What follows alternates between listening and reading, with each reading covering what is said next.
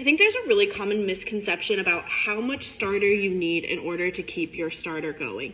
You don't even really need any. You just need the jar that your starter was in. There is so much life living in the walls of this jar. You can see there's some scrapings in there, which is helpful. But even if you just haven't washed out the jar yet and there's basically nothing in there, you can keep your starter going. I'm gonna say, we're gonna call this 5 grams of starter that's in here with the scrapings on the wall. It maybe isn't even 5 grams, but we're gonna call it 5 grams.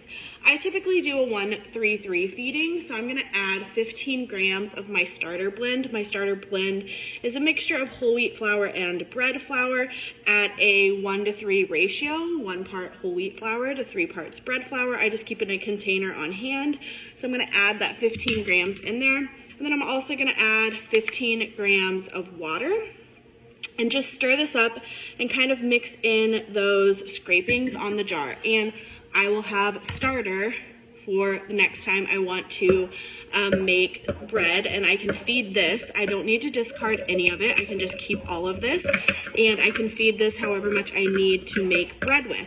And I think people really kind of struggle with this idea that you can scale your starter up and down based on what you're using it for and what you need. For instance, I will often scale my starter up when I am doing a class because often I'll need 2 or 3 kilos of starter, and I don't need to keep that much starter on hand all the time.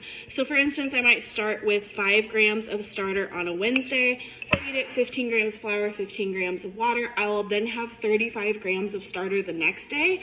I can then feed that 105 grams of flour and 105 grams of water. The next day I'll have close to 250 grams of starter, and then I can keep feeding that exponentially. And in 72 hours, I can go from 5 grams of starter to 3 kilos of starter. It's very, very easy to scale your starter up and down based on what you're using it for and how much you have. Do not underestimate how much life is just living in the jar that your starter was in. There is so much yeast and bacteria just in the jar.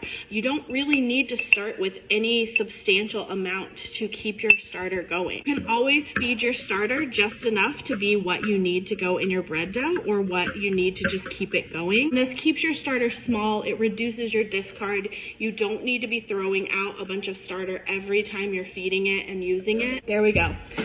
15 grams flour, 15 grams of water, scrapings from the jar.